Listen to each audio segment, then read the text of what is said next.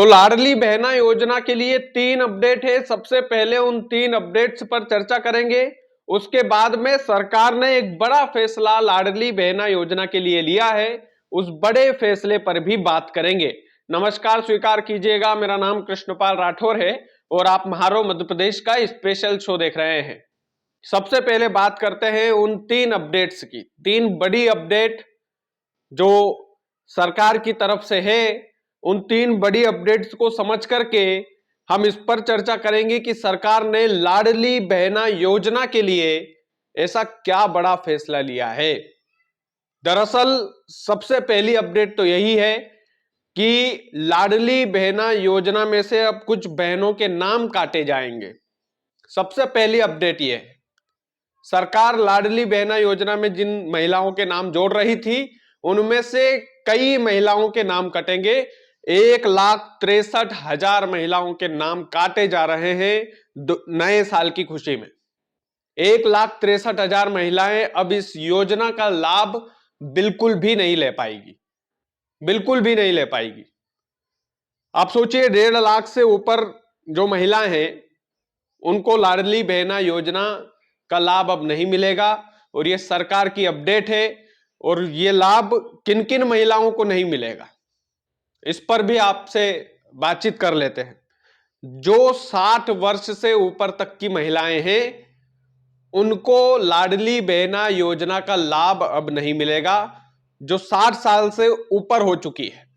और मध्य प्रदेश के अंदर साल 2025 में 1,63,000 बहनें ऐसी है जिनका नाम रजिस्टर्ड था इस योजना में। अब सरकार उनका नाम सीधे तौर पर काट रही है, सीधे तौर पर उनका नाम लिस्ट से हटा रही है। अब उनको लाडली बहना योजना का लाभ जो है अब नहीं मिलेगा। आप सोचिए कि जब सरकार ने इस योजना की घोषणा की थी तो क्या उन्होंने ये बताया था कि इसमें आयु की लिमिट है, 60 वर्ष से ज्यादा की महिलाओं को हम पैसा नहीं देंगे? क्या ये अपडेट थी? अगर ये अपडेट थी तो फिर सरकार ने सही निर्णय लिया है। अगर ये अपडेट नहीं थी तो फिर सरकार बहनों के साथ सीधे तौर पर बेईमानी कर रही है। दूसरी सबसे बड़ी अपडेट यह है कि सभी लोगों के मन में एक ये सवाल था कि लाडली बहना योजना के 3,000 रुपए कब होंगे। इस योजना के अंतर्गत सरकार ने एक वादा किया था चुनाव के समय में कि हम महिलाओं के खाते में 3,000 रुपए महीने डालेंगे। चुनाव हुए 1 साल से भी ऊपर हो गया, मुख्यमंत्री बने 1 साल से भी ऊपर हो गया, लेकिन अभी तक लाडली बहना योजना के अंतर्गत 50 रुपए भी महिलाओं के नहीं बढ़े, बहनों के नहीं बढ़े।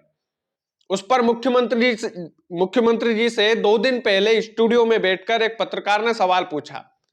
सवाल था कि मुख्यमंत्री साहब, आप तो बोल रहे थे कि 3,000 रुपए करेंगे हम लाडली बहना के। तो मुख्यमंत्री साहब ने एक बड़ा अपडेट दिया। अपडेट यह दिया कि जरूर हम हमारे वादे पर अड़िग है, हम 3,000 रुपए करेंगे महिलाओं के और 3,000 रुपए प्रति माह हम महिलाओं के खाते में डालेंगे। पत्रकार ने पूछा कब डालेंगे?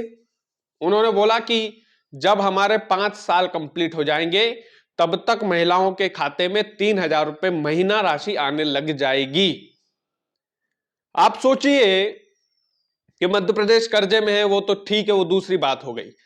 आप सोचिए कि जब से चुनाव हुए हैं 1 साल से ऊपर मुख्यमंत्री बने हो गए हैं और 50 रुपए भी महिलाओं के खाते में अभी बढ़े नहीं है, लेकिन चुनाव के समय 3,000 रुपए डाल देंगे। सीधे तौर पर यही है कहना। और फिर लुभा जाएगी बहना, 3,000 रुपए चुनाव के समय डालेंगे और फिर से इनडायरेक्ट तरीके से आप महिलाओं को लुभा करके महिलाओं का सारा वोट बैंक अपनी तरफ खींच लेंगे। तीसरी सबसे बड़ी अपडेट यह है कि सभी लोगों के मन में एक और सवाल था। सवाल यह था कि लाडली बहना योजनाओं में जो वंचित महिलाएं हैं उनका रजिस्ट्रेशन कब शुरू होगा। अब आप जिनको लाभ नहीं मिलना है, 60 साल से ऊपर वाली महिलाओं को हटा रहे हैं, नाम लिस्ट से काट रहे हैं। आपके पास नाम लिस्ट से काटने का वक्त तो है, लेकिन जो महिलाएं इस योजना से वंचित रह गई है किसी कारणवश, उन महिलाओं का नाम जोड़ने का समय आपके पास नहीं है क्या? सबसे बड़ा सवाल आपसे यह है। जो सरकारी नुमाइंदे हैं वो नाम तो काट रहे हैं, 1,63,000 महिलाओं को इस योजना से वंचित कर रहे हैं, हटा रहे हैं, उनके खाते में अब पैसा नहीं आएगा। लेकिन जो महिलाएं रजिस्ट्रेशन नहीं करवा पाई थी लाडली बहना योजना का, उन महिलाओं के लिए आप समय कब देंगे? कब तारीख आप तय करेंगे? ये 3 बड़े वादे थे, ये 3 बड़ी अपडेट्स थी जो इशारा कर रही है डायरेक्ट तरीके से कि लाडली बहना योजना जो है ज्यादा दिन तक चलने वाली नहीं है।